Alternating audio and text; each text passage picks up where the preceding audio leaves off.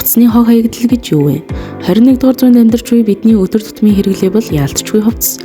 Хувцас нь тухайн цаг үеэсээ хамааран загвар дизайн өөрчлөгдөх тусам дагаад бидний өдөр тутмын хувцас өөрчлөгдөн тэдгээр нь зүйлдээ хог хаягдал болон байгаль орчныг бохирдуулж байна.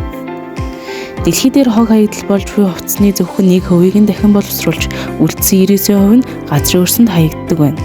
Хувцсны үйлдвэрлэл нь уур амьсгал хүчтэй нөлөөлдөг бөгөөд хамгийн их бохирдуулагч үйлдвэрүүдийн нэгт тооцогддог. Бохирдуулагчийн ялгаралтаараа хоол хүнс барилгын дараа орж дэлхийн хэмжээнд хорт хутааны 50% бүрдүүлдэг 8 салбарын нэг юм. Дэлхийд даяар жилд 92 сая орчим тонн хувцсны материал хаягддаг бол 2030 онд 134 сая болж өсөх төлөвтэй байна. Энэ нь дэлхийн хүн жилд дунджаар 37 кг хувцас хайж байна гэсэн үг юм. Та өнөөдрийг хүртэл худалдаж авсан хувцсныхаа хэдэн хувийг нь өмсөж хэрэглэсэн бэ? Хүмүүс жилд дунджаар 12-оос 16 ширхэг хувцас худалдаж авдаг ч эдгээрийнхээ 30-40%-ийг нь өмсөөгүй байдаг байна. Гэхдээ нэг хувцсаа хэр удаан өмсдөг вэ? Энэ нь байгаль орчинд хэрхэн нөлөөлдөг вэ? Доктортой өөрчлөлийн төлөөх боловсролд хувцсны хог хаягдал нь чухал асуудлуудын нэг юм. Хувцсны үйлдвэрлэл хэрэглээ хаягдал нь байгаль орчин нийгмийн эдийн засагт ихээхэн нөлөө үзүүлдэг. Байгаль орчинд хувцсны үйлдвэрлэл нь их хэмжээний ус химийн бодис хүлэмжийн ялгаруулдаг. Хаягдсан хувцас нь хүрээлэн буй орчинд бохирдол учруулж задардаггүй материал нь хог хаягдлын асуудлыг улам өндрүүлж байна. Харин эдийн засагт нөөцийг үр дүнгээ ашиглах их хэмжээний зардал гарах зэргээр илэрч байна. Жишээ нь богино ханцуутай цамц буюу подолкийг авч үзцгээе. Жил бүр бид дэлхийд даяар 2 тэрбум подолкийг зарж худалдаа авдаг бөгөөд энэ нь дэлхийн хамгийн нийтлэг хувцснуудын нэг юм. Ингээд та нартай подолк бүтэх үйл явцаас хуваалцъя. Хувцсны нэр төрөл янз бүр байж болно. Гэхдээ энгийн подолкны хувьд Америк, Хятад энэтхэгийн тариалангийн талбайд үрийг нь тариалж, усалж ургуулж хөвсгөр хөнгөн үйлдвэрт боловсруулахаас эхэлдэг. Өөрөө жолоодогч машинууд уг хөвөнгүүдийг болгоомжтойгоор түүж аван хөвөн цэвэрлэх үйлдвэрт механик аргаар үрнээс нь салгаж цэвэрлээд уг хөвөнгөө шахагч машинаар 225 кг-аар нь баглана. Подолк хийхэд дунджаар 2700 литр ус шаарддаг бөгөөд энэ нь 30 гаруй дүүрэхэд хангалттай юм.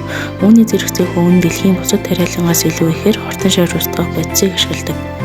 Тэгвэл бидний хийж чадах зүйлс юу вэ? Хувцас хувцас дахин амьдуулж болох болов уу? Та юу гэж бодож байна?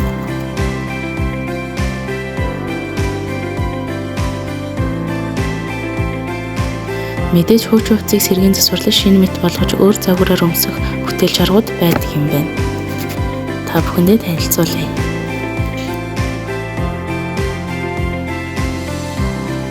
Өнгө оруулан шинэ мэт харагдуулах, даавны будаг ашиглах, хуучирсан хувцсыг хүссэн өнгөөрөө будах, усан дэвтэж будаж омбро эффект гаргах, жишээ нь цагаан бодолкыг доороос нь хар хүртэл өнгөлөг омбро болгох. Зүсэлт ойдлоор өөрчлөх, урт дайшинцыг юпо болгох, джинсээ тарьж шорт эсвэл өмдний ормыг сэргийн засварлах, ханцуутай цамцыг ханцуугүй болгох зэргээр.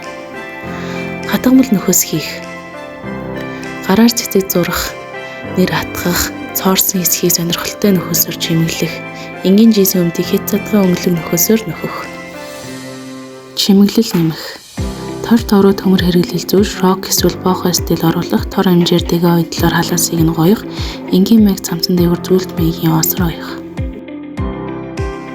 Өөр зориулалтаар ашиглах, хуучин цамцаа дэрний уут тороо эсвэл хүсний болт болгон эсгэх, джинсийн гар зүнх болгон хөрвүүлэх зэрэг аргуудыг ашиглаж болно. Хувцсны хог хаягдлыг багасгахын тулд бяцхан уриалга, хуучирсан хувцас хайхын оронд шинэ амьдрал өгье, өөрийн гараар сэргийн засварлаж давтагдшгүй загвар бүтээцгээе. Дахин өмс, дэлхийгээ хайрлал.